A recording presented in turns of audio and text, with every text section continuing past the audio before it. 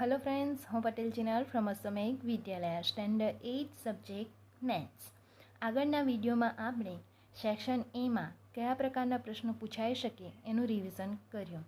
હવે આજના વિડીયોમાં આપણે સેક્શન બીમાં કયા પ્રકારના પ્રશ્નો પૂછાઈ શકે એનું રિવિઝન કરવાના છીએ.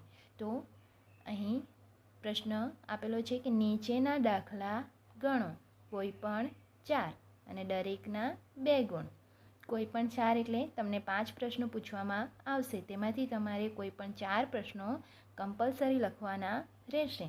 અને દરેકના કેટલા ગુણ? 2 ગુણ, એટલે 4 પ્રશ્નો અને દરેકના 2 ગુણ, એટલે સેક્શન બીનો કેટલો ગુણભાર થશે?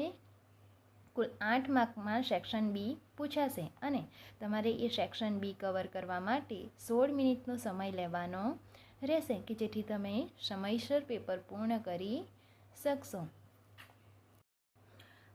હવે સેક્શન એમાં 1 માર્ક્સના પ્રશ્નો એટલે કે એમસીક્યુ અને ખરા ખોટા એ ચેપ્ટર 7, 8, 9 અને ચેપ્ટર 14માંથી લેવામાં આવેલા છે.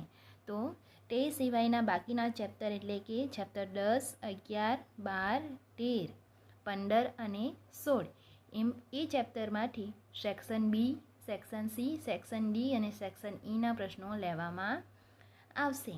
તો અહીં આપણે પહેલો પ્રશ્ન જોઈએ કે વાયનો વર્ગ ઓછા 7y વત્તા 12ના અવયવ મેળવો. તો અહીં આપણને એક પદાવલી આપેલી છે કે વાયનો વર્ગ ઓછા 7y વત્તા 12 એના આપણે અવયવ પાડવાના છે. તો આપણે જોઈ શકીએ છીએ કે અહીં પદાવલીમાં કેટલા પદો છે? 3 પદો છે. તો આપણે પદાવલીના અવયવ પાડીએ ત્યારે શું કરીએ? 3 પદવાળી પદાવલીને 4 પદમાં ફેરવીએ. તો શું કરીએ કે અહીં પહેલું પદ છે વાયનો વર્ગ, એનો સહગુણક કેટલો છે? 1 અને છેલ્લું પદ કેટલું છે? 12. તો 1 ગુણ્યા 12 થાય 12. હવે અહીં +12 આવ્યા તો અહીં 12ના એવી રીતે અવયવ પાડવાના કે જેથી આપણે સરવાળો કરીને શું લાવી શકીએ? -7. તો આપણે જાણીએ છીએ કે 12 એટલે 4 તારી 12. હવે આપણે સરવાળો કરીને -7 લાવવાના છે. સરવાળો કરવાનો એટલે કે બંનેને ચિહ્ન સરખું આપવાનું. તો -7 લાવવાનો છે તો બેઉને માઇનસ ચિહ્ન આપી દઈએ. તો -4 અને -3 કેટલા થઈ જાય? -7. તો આપણને 2 પદ મળી ગયા. કયા કયા થશે 2 પદ? તો અહીં આપણે વાયનો વર્ગ ઓછા 7yની જગ્યાએ આપણે શું લખીશું? હવે 7yને આપણે 2 પદમાં લખીશું, ઓછા 4y અને ઓછા 3y. તો આપણે જોઈ શકીએ છીએ કે મધ્યમ પદ આવી ગયું 7y. હવે વત્તા 12 એ છેલ્લું પદ થશે. તો હવે આપણને 4 પદ મળી ગયા. તો આપણે હવે 2-2ની જોડી બનાવી દઈએ. હવે પહેલી જે જોડ છે વાયનો વર્ગ ઓછા 4y, એમાંથી કોમન શું નીકળે? આપણે જોઈ શકીએ છીએ કે બંનેમાં વાય આવેલો છે, વાયનો વર્ગ છે અને 4y છે. તો આપણે જોઈ શકીએ છીએ કે બંનેમાં વાય છે. તો આપણે અહીં વાય કોમન કાઢી લઈએ. તો શું બચશે? અહીં વાયના વર્ગમાંથી વાય કોમન કાઢીએ તો શું રહે?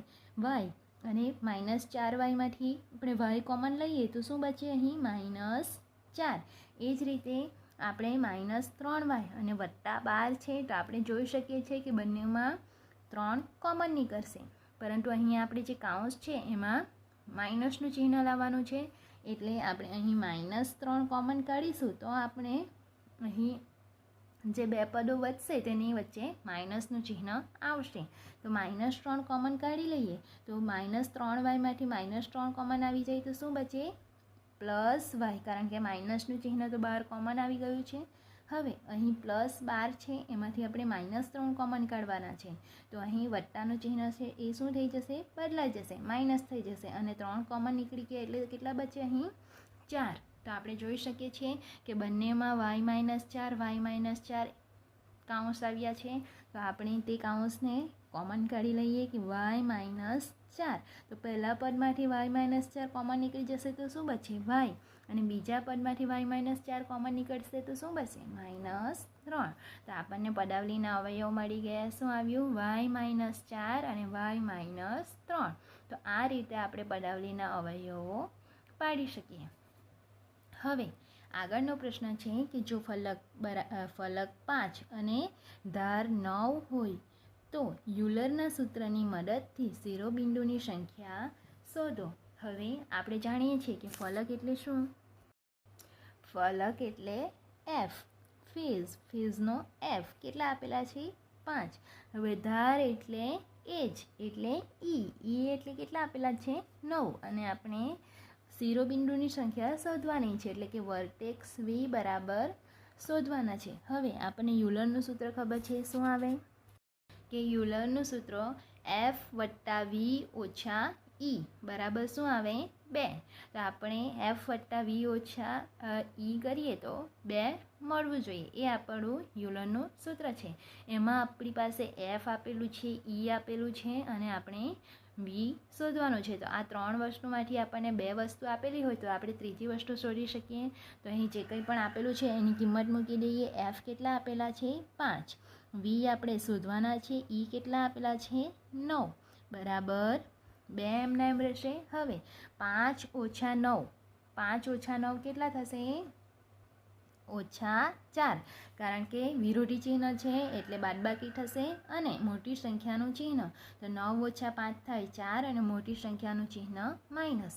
હવે બરાબરની બીજી સાઈડ 2 એમના એમ રહેશે. હવે આપણે વી શોધવાના છે તો આપણે વીને કરતા કરીએ એટલે કે બરાબરની એક સાઈડ માત્ર વી રાખીશું અને જે -4 છે એ બરાબરની બીજી સાઈડ લઈ જશું. તો જ્યારે આપણે કોઈ પણ વસ્તુને બરાબરની બીજી સાઈડ લઈ જઈએ ત્યારે શું થાય? એનું ચિહ્ન બદલાઈ જાય છે.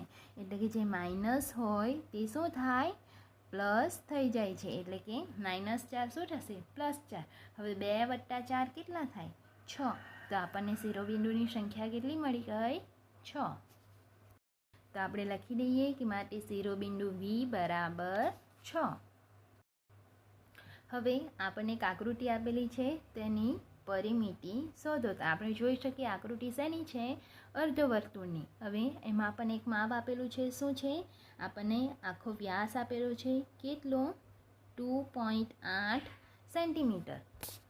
આપણે એની પરિમિતિ શોધવાની છે. તો અહીં આપણે જે કંઈ પણ વિગત આપી છે એ લખી દઈએ. વ્યાસ કેટલા આપ્યા છે? 2.8 સેન્ટીમીટર.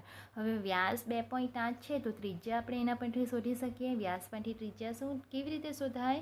કે વ્યાસનું આપણે અડધા કરીએ તો આપણને ત્રિજ્યા મળે છે, એ આપણને ખ્યાલ છે. તો આપણે વ્યાસ ભાગ્યા 2 કરી દઈએ. ત્રિજ્યા બરાબર વ્યાસ ભાગ્યા 2. હવે વ્યાસ કેટલું આપેલું છે? 2.8 ભાગ્યા 2. તો 2.8 ભાગ્યા 2 કરીએ તો શું મળે? 1.4. હવે એકમ શું આવશે? સેન્ટીમીટર. તો આપણને ત્રિજ્યા મળી ગઈ 1.4 સેન્ટીમીટર. હવે આપણે એની પરિમિતિ શોધવાની છે. તો વર્તુળની પરિમિતિનું સૂત્ર શું આવે? વર્તુળની પરિમિતિ એટલે પરિઘ. હવે પરિઘ એટલે શું? પરિઘ બરાબર 2πr. હવે આપણે જાણીએ છીએ કે આ શેની આકૃતિ છે? અર્ધવર્તુળની. એટલે એની પરિમિતિ શોધવી હોય તો આપણે પહેલાં અર્ધવર્તુળની પરિમિતિ શોધવી પડે. તો અર્ધવર્તુળની પરિમિતિ એ વર્તુળની પરિમિતિ ભાગ્યા 2 થશે. એટલે કે પરિઘ ભાગ્યા 2. તો અર્ધવર્તુળ એટલે કે આપણે આજે પરિમિતિ શોધવી છે. અર્ધવર્તુળની પરિમિતિ એટલે શું થશે? આ અર્ધવર્તુળનો પરિઘ અને તેનો વ્યાસ એ બંનેનો સરવાળો કરીશું તો આપણને જે આકૃતિ આપેલી છે એની પરિમિતિ મળી જશે. તો પહેલાં આપણે એનો પરિઘ શોધીએ. તો પરિઘ એટલે અર્ધવર્તુળનો પરિઘ એટલે કેટલો થશે? આખા વર્તુળનો પરિઘ તેના ભાગ્યા 2. તો આપણે પરિઘ ભાગ્યા 2 લખી દઈએ. તો પરિઘ એટલે શું? 2πr છેદમાં 2. તો અહીં આપણે 2 કેન્સલ કરી દઈએ તો આપણને શું મળ્યું? πr. હવે પાઈ એટલે આપણે 22/7 અને r એટલે 1.4. હવે આપણે અહીં 22/7 ગુણ્યા 1.4 કરીશું તો જવાબ શું મળશે?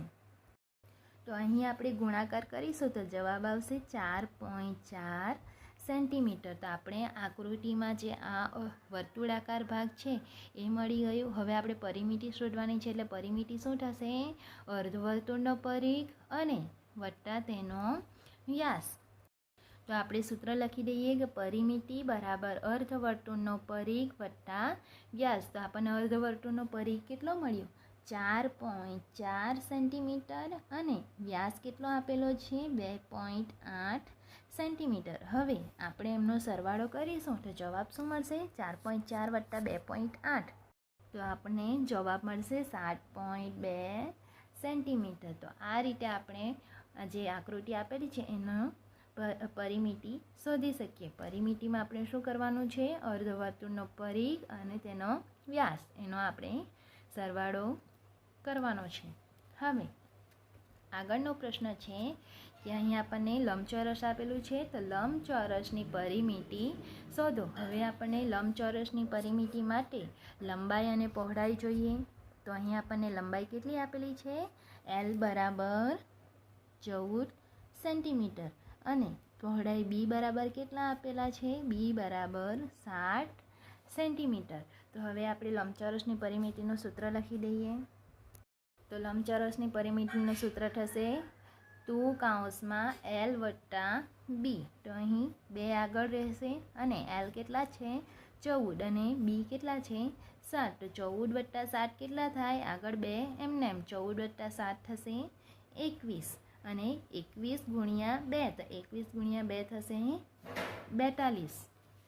હવે એકમ શું આવશે? પરિમિતિ છે એટલે 42 સેન્ટીમીટર.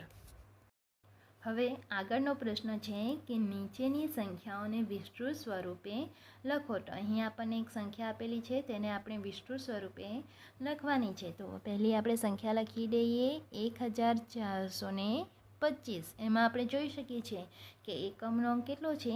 5, દશક 2, શતક 4 અને હજારના સ્થાન પર 1 છે. તો આપણે લખીએ ત્યારે શું કરીએ છીએ કે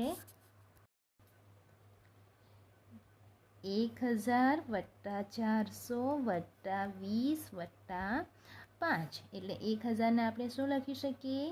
1 ગુણ્યા 1000. 400 એટલે 4 ગુણ્યા 100. 20 એટલે 2 ગુણ્યા 10 અને વત્તા 5 એમને. તો 1000 એટલે આપણે લખી શકીએ કે 10ની 3 ઘાત. હવે 4 ગુણ્યા 100 એટલે આપણે લખી શકીએ કે 10નો વર્ગ અને 2 ગુણ્યા 10 એટલે 2 ગુણ્યા 10ની 1 ઘાત વત્તા 5 એટલે આપણે લખી શકીએ કે 5 ગુણ્યા 10ની 0 ઘાત. કારણ કે આપણે 5 એટલે 5 ગુણ્યા 1 લખી શકીએ. હવે 1 એટલે આપણે જાણીએ છીએ કે કોઈ પણ સંખ્યાની 0 ઘાત એટલે શું થાય? 1. એટલે આપણે 1ની જગ્યા પર અહીં 10ની 0 ઘાત લખી શકીએ.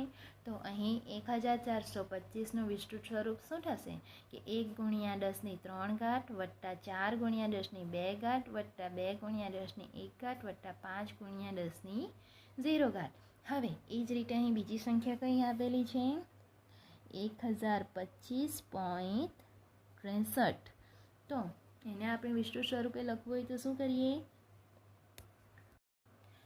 તો 1025ને પહેલાં લખી દઈએ. તો 1000 વત્તા 0 વત્તા 20 વત્તા 5. હવે અહીં પોઈન્ટ છે તો પોઈન્ટને કેવી રીતે લખીએ? આપણે 0.60 વત્તા 0.03. આ રીતે આપણે બધાનો સરવાળો કરીશું તો આપણને શું મળશે? 1025.63. હવે અહીં 1000 છે તો તેને આપણે શું લખી શકીએ? 1000 એટલે 1 ગુણ્યા 1000. હવે વત્તા 0 એટલે 1 ગુણ્યા 100 લખી શકું. એ જ રીતે વત્તા 20 એટલે 2 ગુણ્યા 10 લખી શકીએ. એ જ રીતે 5 ગુણ્યા 1 વત્તા 0.60 એટલે શું લખી શકાય? 6/100.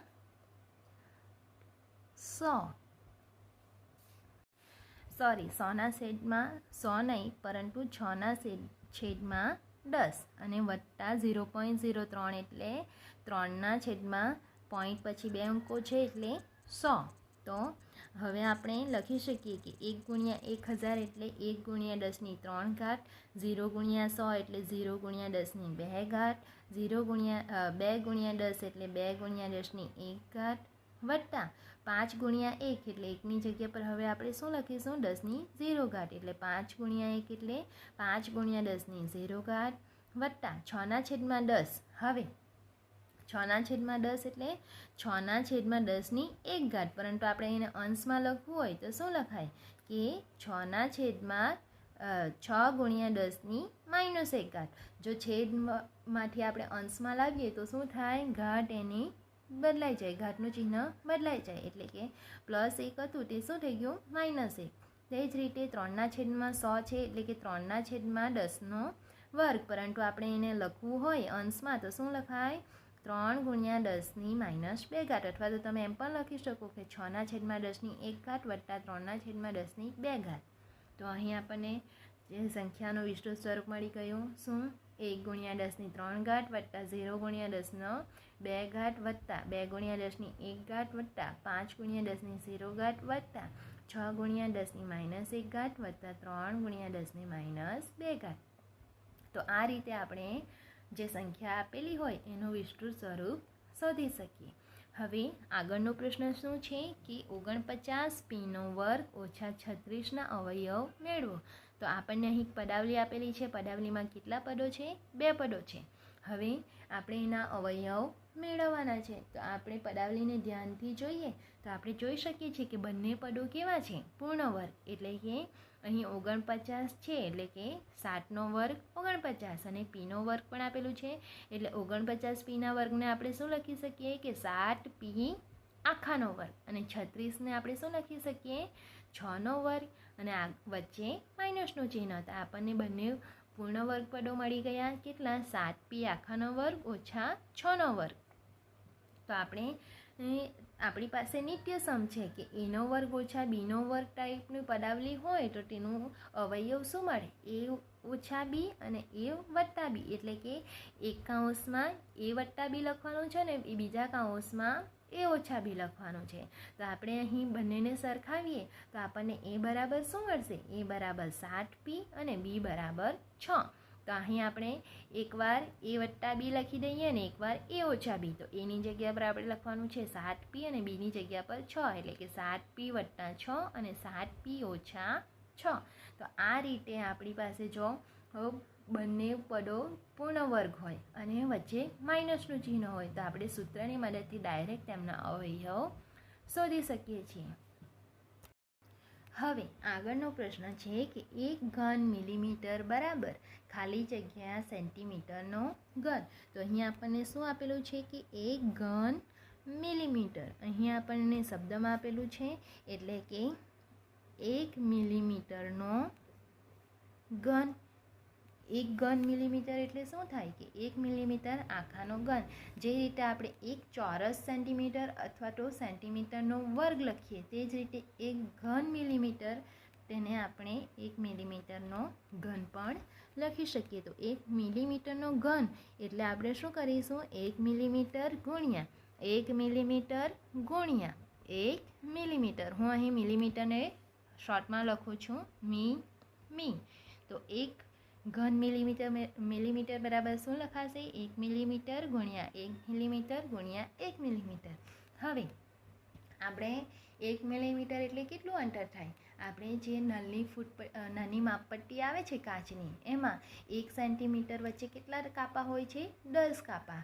તો એ જે બે નાના કાપા હોય એ નાના કાપા વચ્ચેનું અંતર એટલે શું થાય? મિલીમીટર. તો આપણે જાણીએ છીએ કે 1 સેન્ટીમીટરમાં 10 કાપા હોય છે. તો એક કાપાનું અંતર 1 મિલીમીટર થાય છે. તો મિલીમીટર બરાબર આપણે સેન્ટીમીટર લખવું હોય તો શું થાય? 1 મિલીમીટર બરાબર 0.1 સેન્ટીમીટર. તેવી જ રીતે આ બધા મિલીમીટર બરાબર આપણે લખી દઈએ કે 0.1 સેન્ટીમીટર ગુણ્યા 0.1 સેન્ટીમીટર. તો આપણે મિલીમીટરને સેન્ટીમીટરમાં ફેરવી દીધું. હવે અહીંયા આપણે જોઈ શકીએ છીએ કે 0.1 0.1 0.1 કેટલી વાર ગુણેલા છે? 3 વાર. તો 0.1 ગુણ્યા 0.1 ગુણ્યા 0.1.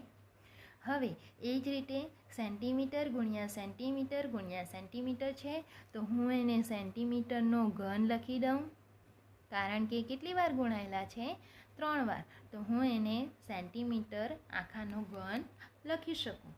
હવે અહીં શું આપેલું છે? 0.1 ગુણ્યા 0.1 ગુણ્યા 0.1 એટલે કેટલું થાય? આપણે 0.1 પણ અહીં 3 વાર ગુણાયેલું છે એટલે આપણે 0.1નો ઘન પણ લખી શકીએ કે 0.1 આખાનો ઘન સેન્ટીમીટરનો ઘન.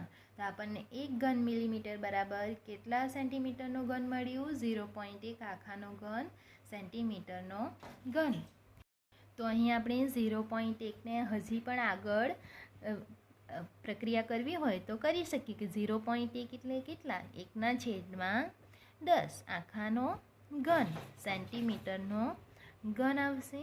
હવે 1/10 એટલે કેટલા થાય? 10⁻1 આપણે શીખી ગયા છે કે 1/10 છે, તો આપણે અંશમાં લાવવું હોય તો તેની ઘાત કેટલી થઈ જાય? 10⁻1. હવે આખાનો ઘન છે, ઘન સેન્ટીમીટરનો ઘન, તો અહીં ઘાતની ઘાત થાય. તો ઘાતની ઘાત એટલે શું થાય કે ઘાતનો ગુણાકાર એટલે 10⁻1 ગુણ્યા 3 એટલે કેટલા થાય? 10⁻3 અને સેન્ટીમીટરનો ઘન. તો આપણને જવાબ મળી ગયો કે 1 ઘન મિલીમીટર બરાબર કેટલા થાય? 10⁻3 સેન્ટીમીટરનો ઘન. તો આ રીતે આપણે જવાબ શોધી શકીએ. હવે આગળનો પ્રશ્ન છે કે નીચેની સંખ્યાના વ્યસ્ત શોધો. તો આપણે વ્યસ્ત કેવી રીતે શોધીએ કે આપણને કોઈ પણ સંખ્યાની ઘાત આપેલી હોય તો તેની વિરુદ્ધ ઘાત એ શું થશે?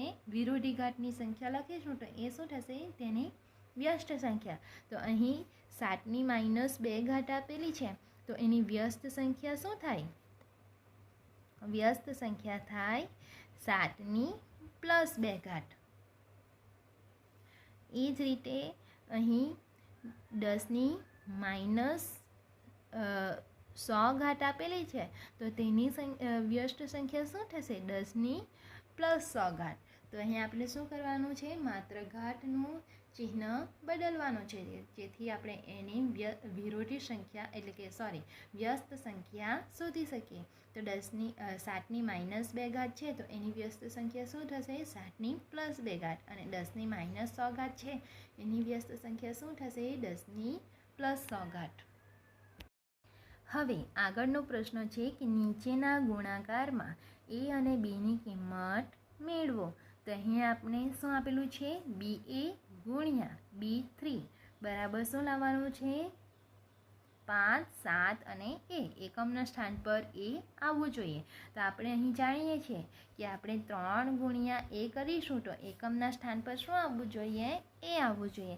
તો આપણે એવી કઈ સંખ્યા છે કે જેને 3 વડે ગુણવાથી એકમના સ્થાન પર એ સંખ્યા પોતે આવે? તો આપણે જોઈ શકીએ છીએ કે એને આપણે a બરાબર 0 લઈએ તો અહીંયા આપણને 3 એકમના સ્થાન પર શું મળી શકે? 0 મળી શકે, કારણ કે 3 ગુણ્યા 0 થશે 0. તો એ બરાબર શું હોઈ શકે? એ બરાબર 0, અથવા બીજું શું આવી શકે? એ બરાબર 5 લઈએ તો 5 તારી 15. તો 15માં એકમનો અંક પણ 5 આવે છે, તો અથવા એ બરાબર આપણે 5 મળી શકે.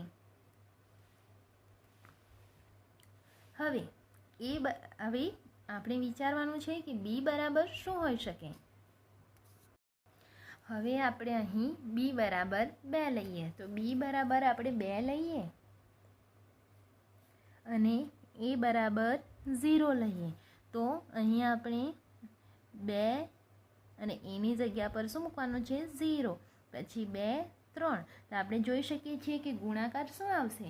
તો અહીં તો શું આવશે જવાબ? 3 દુ 6, અહીંયા 4. તો જવાબ મળશે 407. પરંતુ આપણને જવાબ શેના આપેલું છે? એ શતકના સ્થાન પર આપણને 5 આપેલા છે અને દશકના સ્થાન પર આપણને 7 આપેલા છે. પરંતુ અહીં આપણું શતકના સ્થાન પર 4 આવ્યા અને દશકના સ્થાન પર 6 આવ્યા, જે શક્ય નથી. હવે આપણે a બરાબર 5 લઈએ અને b બરાબર 2 લઈએ. હવે આપણે કિંમત મૂકીને ગુણાકાર કરીએ તો 25 ગુણ્યા શું થશે? 23. તો 25 ગુણ્યા આપણે 23 કરીશું તો જવાબ શું મળશે? અહીં 0, 5 દુ 10, 0 વડી 1, 2 2 4 અને 1 5, 5 તારી 15, 5 વડી 1, 3 દુ 6 અને 1 7. તો અહીં આપણે જોઈ શકીએ છીએ કે શતકના સ્થાન પર 5 આપેલા છે, દશકના સ્થાન પર 7 આપેલા છે અને આપણે જે a બરાબર 5 લીધા તે અહીં એકમના સ્થાન પર મળી ગયું. તો અહીં આપણું કયો જવાબ સાચો છે? a બરાબર 5 અને b બરાબર 2. અહીં આપણે લખી શકીએ કે એ બરાબર 0 અને બી બરાબર 2 લઈએ તો આપણે જે જવાબ મળે એ શક્ય નથી. હવે એ બરાબર 5 અને બી બરાબર 2 લઈએ તો જે જવાબ મળે એ સાચો છે. માટે એ બરાબર 5 અને બી બરાબર 2. હવે આગળનો પ્રશ્ન શું છે કે 3ની 2 ઘાત ગુણ્યા 3ની -5 ઘાત ગુણ્યા 3ની 6 ઘાતનું સાદું રૂપ આપી એને ઘાત સ્વરૂપે લખો. તો જવાબને ઘાત સ્વરૂપે લખવાનું છે. તો અહીં આપણે જોઈ શકીએ છીએ કે આધાર સરખા છે અને ઘાત અલગ અલગ છે.